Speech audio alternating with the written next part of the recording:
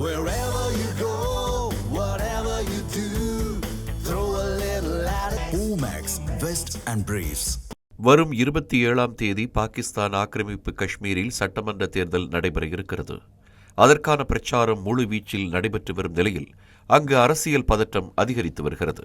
போராட்டத்தை முன்னெடுத்த ஜம்மு காஷ்மீர் அவாமி நடவடிக்கை குழு தடை செய்யப்பட்டதுடன் சுமார் 600க்கும் மேற்பட்ட அந்த அமைப்பின் தலைவர்கள் மற்றும் மனித உரிமை ஆர்வலர்கள் கைது செய்யப்பட்டுள்ளனர்.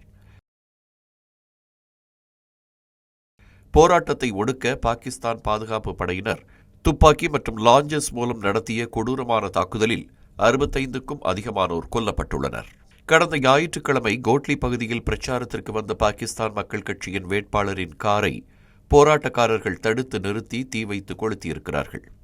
பாகிஸ்தான் மக்கள் கட்சியின் தலைவரான சௌத்ரி முகமது யாசினின் வாகனத்தையும் பெண்கள் மற்றும் முதியவர்கள் வழிமறித்து போராட்டத்தில் ஈடுபட்டனர். அவர்களை சௌத்ரி முகமது யாசினின் ஆதரவாளர்கள் தாக்கும் காட்சிகள் வெளியாகியுள்ளன. பாகிஸ்தான் ஆக்கிரமிப்பு காஷ்மீரில் பாகிஸ்தான் அரசு மற்றும் இராணுவத்திற்கு எதிராக 35 நாட்களாக தொடர்ந்து நடைபெறும் போராட்டங்கள் பாகிஸ்தான் அரசின் உண்மையான நிலையை மீண்டும் ஒருமுறை வெளிச்சம் போட்டு காட்டியிருக்கிறது. ஆக்கிரமிப்பு காஷ்மீர் ஒருபோதும் பாகிஸ்தானின் மாகாணமாக மாறாது என்று புரட்சிகர முழக்கங்களை எழுப்பியுள்ளனர்.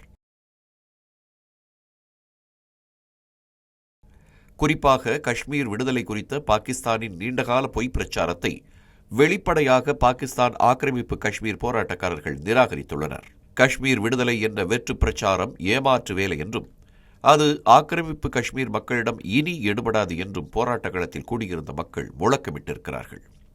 தலைநகர் முசாபராபாத்துக்கு தெற்கே 100 கிலோமீட்டர் தூரத்தில் உள்ள ராவல்கோட்டில் உள்ள ஈத்கா மைதானத்தில் போராட்டக்காரர்கள் மத்தியில் உரையாற்றிய ஜம்மு காஷ்மீர் அவாமி நடவடிக்கை குழுவின் முக்கிய தலைவரான சர்தார் ஜாவேத் இக்பால் 78 ஆண்டுகளாக ஸ்ரீநகரை விடுவிப்போம் என்ற ஆக்கிரமிப்பு காஷ்மீர் மக்களுக்கு ஊட்டப்பட்ட பாகிஸ்தானின் வெற்று பிரச்சாரம் இப்போது காலாவதியாகிவிட்டது என்று கூறியிருக்கிறார்.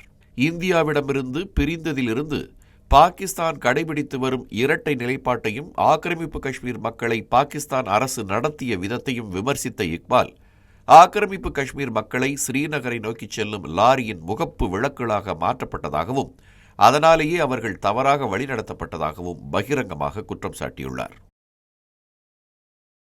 ஆக்கிரமிப்பு காஷ்மீரை ஆசாத் என்று பாகிஸ்தான் அரசு அழைக்கிறது என்றாலும் மாவு, மின்சாரம், தண்ணீர், மருந்துகள் உள்ளிட்ட அத்தியாவசிய பொருட்களும் கிடைக்காமல் உரிய அரசு அதிகாரமும் இல்லாமல் அவதிப்படுவதை சுட்டிக்காட்டிய இக்பால் இங்குள்ள மக்கள் அடிப்படை உரிமைகளை கேட்கும் போதெல்லாம் இங்குள்ள மக்களுக்கு துப்பாக்கி குண்டுகளால் பாகிஸ்தான் அரசு பரிசளிக்கிறது என்று கடுமையாக விமர்சித்துள்ளார். ராவல்கோட் ஈத்கா மைதானத்தில் முதியவர்கள், பெண்கள், சிறுவர்கள் என சுமார் 60,000க்கும் மேற்பட்ட போராட்டக்காரர்கள் கூடிய போராட்டத்தில் பாகிஸ்தானிடமிருந்து பிரிந்து செல்வதை வலியுறுத்தி முழக்கங்கள் எழுப்பப்பட்டுள்ளது. டாடாபானி பகுதியில் கடைகளின் ஷட்டரை உடைத்து உள்ளே நுழைந்து உணவுப் பொருட்கள் மற்றும் பணத்தை பாகிஸ்தான் இராணுவத்தினர் கொள்ளையடித்துள்ளனர். இச்சம்பவத்தை வெளிச்சத்திற்கு கொண்டுவரும் வகையில் சூறையாடப்பட்ட கடையை காட்டும் வீடியோவை ஜம்மு காஷ்மீர் அவாமி நடவடிக்கை குழு வெளியிட்டிருக்கிறது.